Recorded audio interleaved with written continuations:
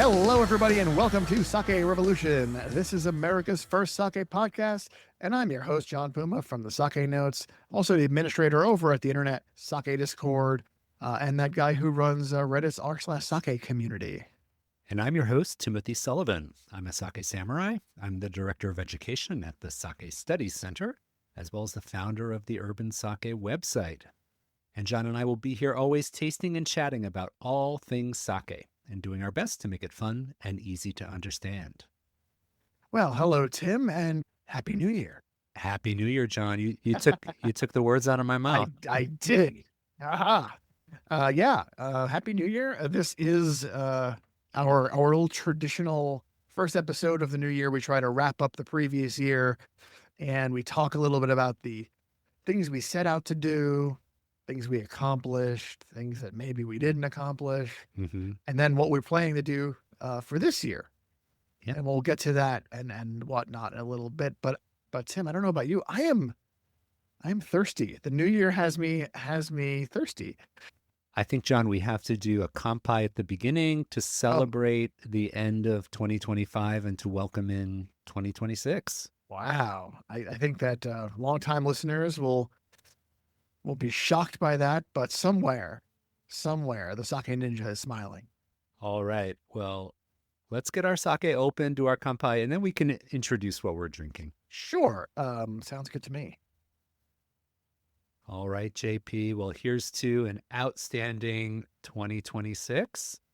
Yeah, let's make it happen. Kanpai. Kanpai. All Mm. right. Now, this is one of those fun episodes where you and I are drinking the same thing. So please let our listeners know what we selected for our year-end review episode for 2025. We are in fact drinking the same thing, and it is a new batch, a new fun little batch from Brooklyn Kura called Kita Shizuku. Shockingly, it is named because the rice is Kita Shizuku rice from Hokkaido. This is, I think, the first time they're doing something like this, and this bottle is not that widely available. I think you can buy it at the tap room, and I think you would have received it if you are on their subscription list, their Kurikin. But yeah, the nice thing about this sort of thing is they'll do these small batches and try stuff out, and this is one of those, and it's a lot of fun. Yeah, this is big news because Brooklyn Kura has never used sake rice from Japan before. And this is our first time making sake with Japanese rice. And it's from Hokkaido. And a little bit of inside intel. We have intel. Ooh. Yeah. We have a brewer from Japan, Mm-hmm. Mr. Umehara, Mm-hmm. who is full-time brewer working at Brooklyn Kura. And he's from Hokkaido originally. Oh, really? Nice. Yeah. Yeah. So that, I think, inspired the location of where the rice came from. And as you mentioned, this is a Kurikin selection. So that's their subscription service. Mhm. It's not super widely available, as you mentioned, but it is available in the tap room. And if you are a member at Brooklyn Kura, you can get this bottle. But why don't we let our listeners know what we think about the taste here? So this is something that is very unique in the world of Brooklyn Kura's orbit to have sake rice from Japan. Yeah. So I've actually had Kita Shizuku from another American sake brewery in the past. Oh. Many moons ago. I would say maybe 4 years, or actually 5 years ago, when I was in Hawaii. Islander Sake was using Kita Shizuku from Hokkaido as well. And I thought it was one of their best sakes that they had available for us at the time. It was really, really good. So I was extremely excited when I heard that Brooklyn Kura got their hands on some. So let's talk first about the aroma. It's a little, I get like, it's hard to describe it. It's like the aroma is almost like, it makes me think of sweet things. For me, I get a little vegetal note, like a little something leafy green or a little vegetal. There's some rice in there too. And I get what you're saying. There's a little bit of compacted sweetness as well. Yeah. And for whatever reason, with my sinuses, it's like going right for it. It's like I detect that sweetness and I immediately latch on. The flavor profile on the palate is, for me, more like rice forward Hmm. and not fruity or juicy too much, but it's a little bit cleaner than most Brooklyn Kura sake. Brooklyn Kura tends to be more fruit forward, juicy, and Hmm. viscous in texture, a little richer in texture. And this is a leaner. This Yeah. is not dry on the finish, but more balanced and definitely rice forward. I know that the parents of Kita Shizuku rice are ginpu and omachi. Mm. So these are the two rices that were blended together to make Kita Shizuku.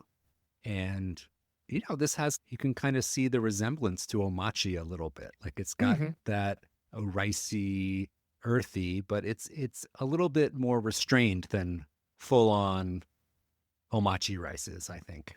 I agree wholeheartedly.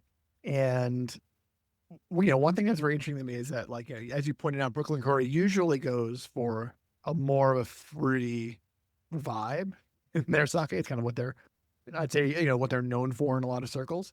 And when Islander used this rice, they went fruity. But with Brooklyn Corey getting their hands on the rice, they looks like they wanted to showcase the rice and not the Brooklyn Cora fruit.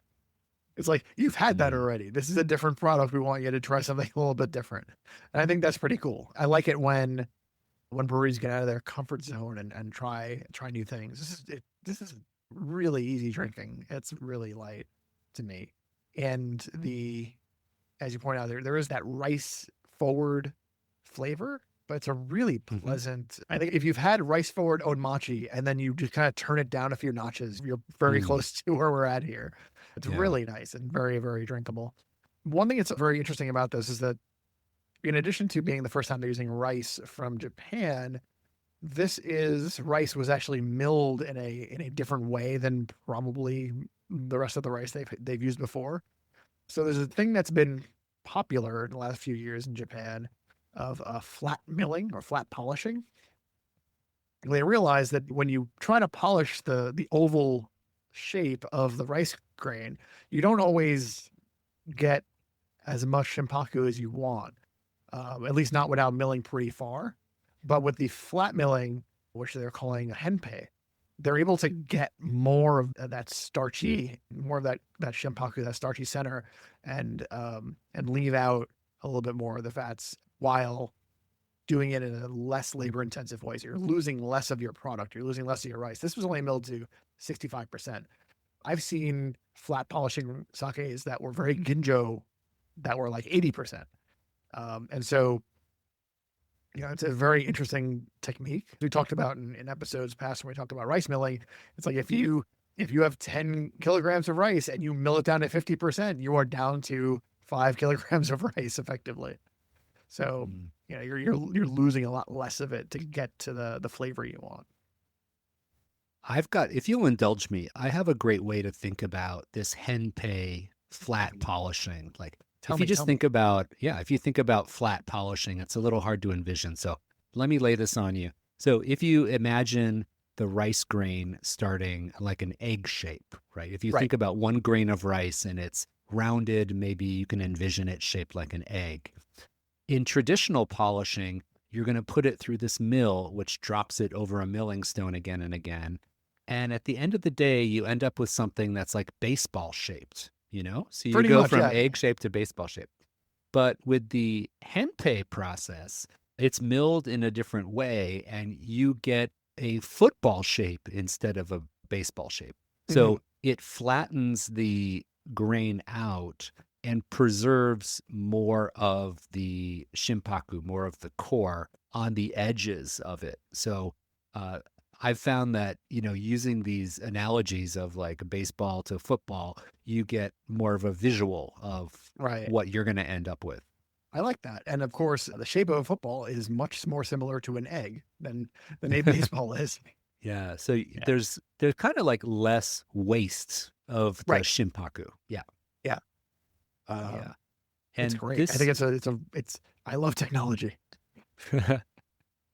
And this rice was it was able to be brought over because of the rice factory. Have you heard of the Yes, the rice rice. factory? Yeah, well, actually, I looked them up when I saw this, and it turns out that if I wanted to get some eating rice from like Toyama, I can order from them. They've got it. Yeah. So yeah, they're bringing Japanese rice and selling it to America, and they're milling it like they're doing the milling of themselves. They're milling it to order, from what I understand, and you can kind of choose like where you want it from, which I think is like really cool. Not like literally every prefecture, but they've got quite a few. So nice little selection. Yeah. So the rice factory is like a rice importer and Mhm. they do the milling. And as you said, you can order the rice from different prefectures. The town where I lived in Niigata is very famous for rice and they import that regularly. So Mhm. if you're interested in like high-end eating rice from Japan, which I highly recommend, the rice factory is where it's at. And here in New York, it's available in all the Japanese supermarkets. They have rice from the rice factory. And Yeah. they put the import date and the milling date, and it's all on the label. It's in brown craft paper brown bags, and it's really I highly recommend them. They make great. They bring in great rice. And Tim is not overselling it. When when I visited Tim at Hokkaisan a few years back, we had a meal at the company cafeteria. Is that the right way to put it? The company cafeteria, Yep. brewery Hmm. cafeteria. Yep. And one of the dishes was just a bowl of rice, and I was kind of like, just a plain bowl of rice, huh? Okay. And then I tasted it, and I was like, oh, this rice needs nothing. This Yeah. rice is by itself is phenomenal. This is great. I kept going on and on about the rice. I was very happy with it. Yeah. It's one thing I miss the most from Japan is the rice. But through the rice factory, we can get some of those rices here. So Hmm. that's amazing. And Yeah. apparently, if you're a sake brewery, you can also make sake with the rice from them. Yeah. There's Evidently, a lot of crossover there. It's very exciting. yeah. Well, that was lovely. And Tim, thank you very much for tasting with me and kampai with Mm, me. yes. So now I gotta ask you, how was your 2025 from a sake revolution standpoint? Yeah, it was good. I think you and I were both very busy in our careers Yes, very and much so. our personal lives as well. A lot going on. So we may not have gotten as many episodes out as we wanted or as we have in the past, but quality over quantity, right, JP? I think so. I think so. Definitely quality over quantity, because the quantity Yeah. was. Yeah. But I will say this, we are still going. Like Mhm. that is the main thing. Like we are still at it. We may occasionally slow, but we never stop. That's right. So, jumping into the Wayback Machine, I want to take us back to the beginning of 2025. We had lofty plans for this year. Your sake revolution resolution, if I'm Mm, not mistaken, was that you wanted to start doing some back to basics education episodes. And you know what? We did it. We got it in right under the buzzer. That was the last episode we published in 2025. Did you actually publish that on New Year's Eve? maybe. Depends what time zone you're in, but Very well, yeah. very well. But we did it. So That's the we important did part. it. We got it Yes. done. That's I think that's one of the good things about resolutions is that, there is a time limit and if you want to make something happen, the time limit comes if you get it done. I Mm, think that's the important thing. Like the accomplishment is the important thing. yes, And yes. I did wait till the last minute, but it still got done and I'm happy about that. So, Hey, on a technicality, it's no technicality. The rule is 2025. You did it. There's no technicality here. You didn't fudge the numbers. No, no, no, no, no. If you flew to Alaska to release the episode because you were running out of time, then maybe I'd say technicality. But you mm, didn't. Perfect. yeah, yeah, by the skin of my teeth, Yes, absolutely. but it got done. And Good. the thing that I'm happy about is that the impetus behind the resolution was to bring back the topics that are of concern to people who are beginners or just getting into sake. And there are more and more and more of those all the time. So I think our podcast should be a resource for people who are getting into sake and need help with the first steps. I agree. And so yeah, I think that every now and again revisiting, and I think we've talked about how, maybe we've gotten a little bit better at this too. I hope. We need to go back and listen to Not those sure. those first episodes, and ooh, I was a little rough. I think you sound the same, but I think I was definitely a little rough. But yeah, good times. Yeah. Now on my end of things, Yeah. um, Let's hear it. and this story brings us back to 2024, where I failed to Mm. complete my resolution. And so what I did for 2025 was I did two. I said I was going to do two resolutions. And, for a moment, did I think, John, are you biting off more than you can chew? Yes, I did. I did think that. But I did it for the most part. And this one, probably a few more caveats on mine than there were on yours. But in my case, I was going to do two things. One, I was going to take a photo of every bottle of sake that I had a glass of this year. And by that, I Mhm. mean, if I have like a sip at a tasting event, I'm not taking a picture of the bottle because the tasting events, there are hundreds of sakes. I'm not doing that. And the other thing was I was going to engage in some formal sake education. That was the other thing I was going to do. And I did both of them. I did. Congratulations. Thank you. Tell me, Thank tell you. me more. Tell me more. So I now have a WSET level 1 sake award certification. What are they calling it? Certification. Certification. Thank you. And I've got a nice little certificate, and I've got a pin. Did it. I did the thing. And the other thing I did was take a lot of photos of sake. We came out with 306 pictures, but some of the Mm. pictures have more than one bottle in them. Yeah. And I haven't gone through to figure out where that comes from. Mm. There are, I will say this up front, a couple of evenings where some things escaped, That's all right. but they were fun evenings. Yes. They were wonderful, exciting, fun evenings that I'm just missing pictures of. And perhaps memories. No, that's not true. I do remember, I just didn't take photos. Anyway, so yeah, we did it. We both accomplished our stated objectives. Now, we didn't make a Sake Revolution show resolution last year. No, Did we? I guess. Well, I guess yours mine, was sort mine, of what? mine was tied to the show. Yeah. Okay.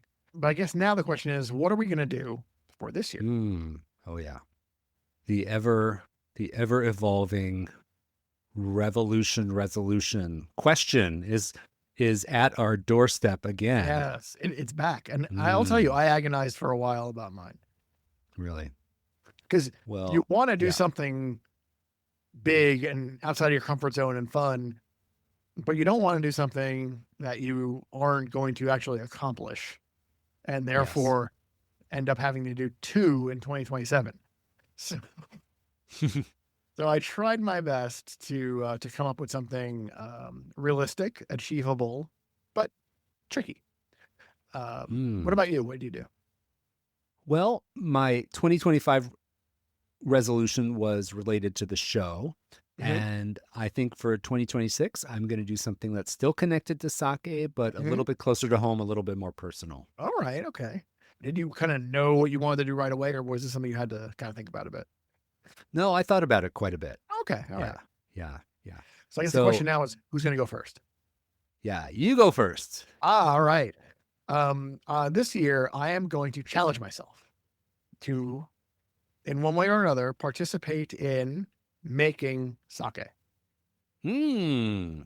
And I have a few avenues open to me for this. I can try home brewing, or I can talk to one of my friendly neighborhood brewer friends and ask them if they have a couple of days that they wouldn't mind me around and doing some things. Or there are some education opportunities that involve brewing sake that I could look into as well. So I have options available to me, but I have not figured out how I'm going to brew sake yet. And if I do something like that, then it's, my expectation will not be that I make something from washing to bottling. I think that's a little unrealistic, but I do think that I would need to get sufficient hands-on as a result of the project. So pitching the yeast is not enough. But if I were to work on koji and then also stirring and monitoring or pressing, something like that, I don't know. I would have to be a substantial part of making a batch, I think, in order for it to count. And then, of course, like I mentioned earlier, the other avenue is, of course, homebrewing. So we'll figure it out. We'll figure out what'll make for a good story for the show. Yeah, so that's what I'm going to try and do this year, Tim. So what about you? What are you going to do? Well, wait, before we go there, No, what? I'm just trying to speed right through. No. I'm not going to let you off the hook. So what? I have made sake in the past. I've worked at a brewery. For a year, you worked at a brewery. And it's not fun. And it's really hard to produce like super yummy sake. So I'm wondering, what's the motivation to be the person in the brewery making sake? What's your idea behind the motivation? I think it'll be highly educational. I think that you understand something better when you have had your hands in it. Yeah. I'm sure you've done cooking before, and I think you appreciate a dish a lot more when you've been in the kitchen helping prep that dish, because you understand what goes into making it. You understand where the variables are a little bit more, where things can go wrong. What influences it, and you understand it in a real way that is more than reading it in a book or watching somebody else. Yeah. I feel like hands-on education is super important. And I think I will get a much better appreciation for a lot of aspects of sake that perhaps I didn't before. Maybe it's hard to know because my thought is I'm going to learn things, and because I don't know them yet, I don't know what I'm going to learn. It just seems like a really fun thing to do. And it seems like something that will really help me understand sake better. I applaud that. I think that's great. And that's exactly why I moved to Japan for a year, and I lived in rural Niigata and made sake for 1 year, is not because I wanted to become a brewer, but because I wanted to be in the trenches and I wanted to learn what physically goes into making sake. And I can tell you, it really ramps up your appreciation when you get your hands on a good sake. You're like, wow, like they worked hard on this one. So I respect that a lot, and I think it's a great goal. So I'm excited to see how it works out in your year, like what path you take.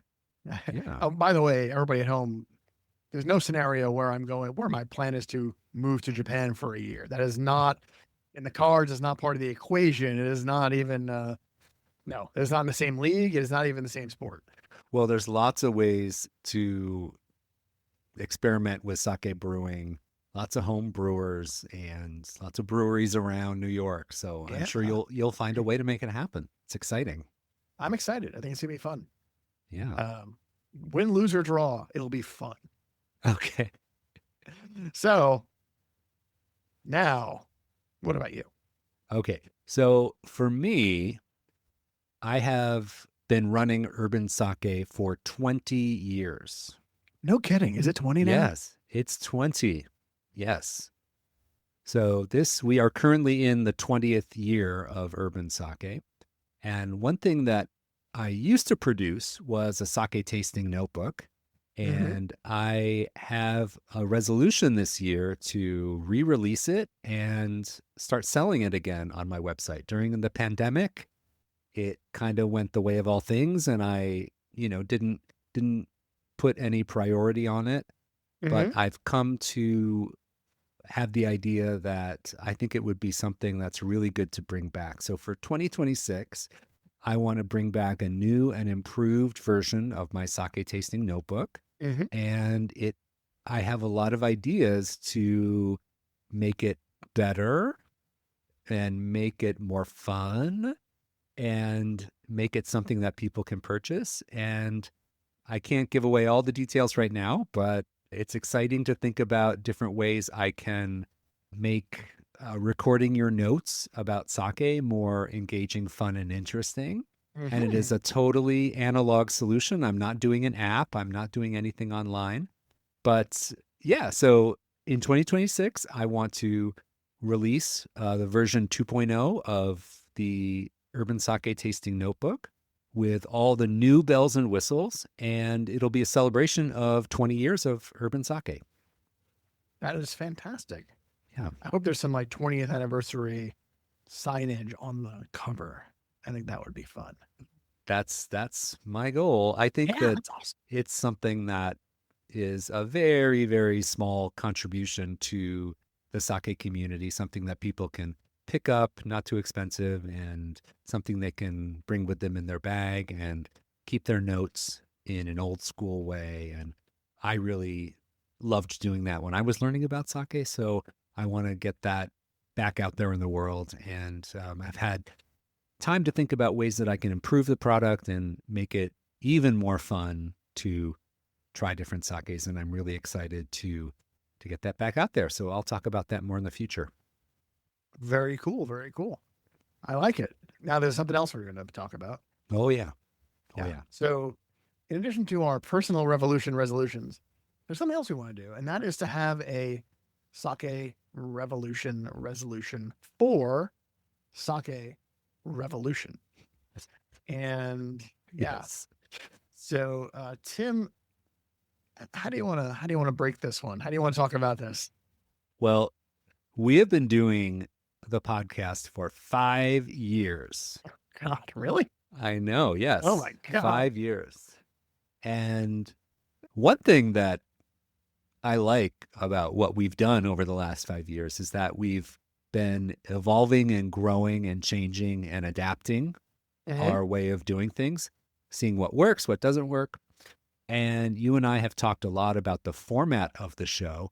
And we think that there are some ways that this year we can evolve the show to make it even better and more interactive for our listeners. And yes. yeah. And how are we going to do that? Yeah. Well, there's one word Okay. one word. So this year, I'm not going to say exactly when, but at some point in this year, our plan is to evolve Sake Revolution from an audio only podcast to a video podcast. Whoa. How do you like them apples, John?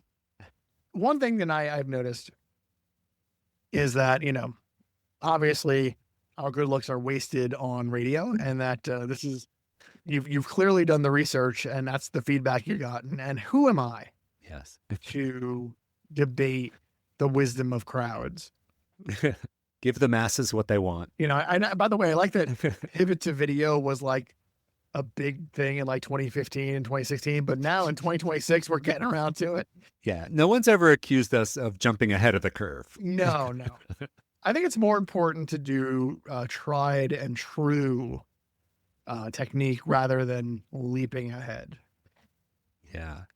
So maybe we can talk about why we think adding a video component. And the first thing to say for all of our listeners is that if you are an audio podcast listener, there is not going to be any change for you. We're still going to release the podcast as an audio only version. So we are adding, in addition, a video component that you'll be able to see on YouTube and on video on Spotify as well. So we're going to be making an addition of video, but if you like the audio version and that's what you want to consume, then that will not be changing, right, John? Right, exactly. Now, there may be situations where we make reference to something in our hands that you can't see, but that's what the show notes are for, I imagine. Yeah. And I figure there'll probably be a touch less editing involved, because it's trickier to edit video. It's very tricky. It is. It's a different ball of wax, It's a different beast. A lot more preparation and a lot less forgiveness when you screw up. Yes. Well, maybe we can reveal that maybe before the middle of the year. Shh, Tim, we said it's this year's resolution. This could happen on New Year's Eve next year. We don't know. That's right. We have to give ourselves a long runway. Yes. However, no. All kidding aside, it's something that we would like to do somewhere around mid-year. We think that would be a lot of fun, and we think it's something that's doable with enough prep. Yeah. And we're also very excited to welcome guests on the show and have them appear in video. I think that's really Yeah. exciting. Yeah. And there have been video episodes of many different sake podcasts, but when we convert to video full time, I think we're going to be the world's first video podcast dedicated to sake. So that's I super think, exciting. yeah, I think it's going to be fun. It's going to be a good time. Yeah. And I hope people are ready to see this Sunday evening scruffy face John Puma because John, that is why the good Lord invented the beauty filter. oh, is We that what it can, is? yes. I'm gonna Oh, look I'm like a letting all the K-pop secrets out. star. I'm letting all the secrets out. No, no, Love no. it. Love it. We're gonna keep it real. I think it's really exciting. I've listened back to some of our shows, and we have had things like we talked about labels, or we've talked about different places, and we had to describe what we're looking at. But with the video podcast, we will be able to really show. And honestly, that's what I'm really excited about. It's gonna be nice. I If think we it's gonna be fun. Yeah, if we have a really unique label we're looking at, we can show it. If we're talking about a place in Japan, we can throw up some B-roll and show what that looks like. Some And B-roll. yeah, I know. and you got to learn the lingo. I know. I know the lingo. I was just surprised to hear it from you. Don't forget that I was doing video That's a right. long time ago. I was doing Yes. video before I did this. The sake Video's notes. hard. The sake notes. It's hard. What are we doing? It is hard. I think it's going to be fun, and I'm excited about the future. I'm excited about the 2026 Sake Revolution adventure. Yes. I think it's going to be a great year. We've got our plans laid out ahead of us. I don't know if am I required to drink the sake you're going to be making? I might need some coercing there. Um, I will make that call after I've tasted it. Oh, okay, good. All right. If I think it's something that I want other humans to experience, I will share it. If I do not, and if it just quietly disappears, we'll talk. It'll be a fun story. Yeah. Well, whatever you do, just document what you do. And Oh yeah, that's the plan. It'll be like sake journalism. We'll find out, good, bad, or ugly. We'll find out what happens with John Puma's Moromi. Oh yeah, Puma's Moromi. That'll be a little mini series. All right. Boy. Well, I'm so happy to have our plan laid out for 2026. And I want to say a special thank you to all of our listeners who tuned in today and all of our listeners who've been with us for 5 years. That is amazing. I know. Yeah. Just fantastic. So if you've been a longtime listener, special thank you to you today. And stay with us for 2026 and our launch into video podcasting in the near future. I also want to say a special, very special hello to all of our supporters who join us from Patreon. If you enjoy the Sake Podcast Revolution, one of the best ways to support what we do here, we present this all without ads and sponsorships. But we do have a Patreon to help support our efforts here. And we have a wonderful team in our community at Patreon who support the show month in and month out. And we want to send a very special thank you for all your support in 2025. And we're looking forward to a fun and exciting 2026. If you'd like to support the show on Patreon, visit patreon.com/Sake Revolution. And if Tim and John on Sake Revolution isn't enough Tim and John for you, well, we also have social media. So, Tim, where can people find you on social media? Yeah, the best place to reach me is on Urban Sake. So that's my sake education website that I've been running for all these years. And the best way to do that is you can visit urbansake.com or on Instagram at urbansake. And I look forward to hearing from all of you. Thanks so much. And how about you, John? On Instagram, you can find me as John Puma NYC. That tends to be more just like life stuff, although sometimes I'll mix some sake in there as well. But the Sake Notes is the account that my wife and I both use to do some sake adventures. We'll be in Japan pretty soon. And that account gets very active while we're visiting Japan. So do check it out. Hey, John, one quick question for you before we wrap up. Are you going to keep your photos going in the new year, or have you wrapped that up? So the short version is I haven't decided yet. Okay. The long version is I have already taken photos of everything I drank this year. So if I decide to do it, I've got a great on ramp because I've already Awesome. started in a way. So yeah, I have been doing it just in case I decide that I'm going to do it. Does that make any sense? Probably not. It's good. It's good to have options. Good to have options. So on that note, raise your glass. Remember to keep drinking sake and kanpai. Bye.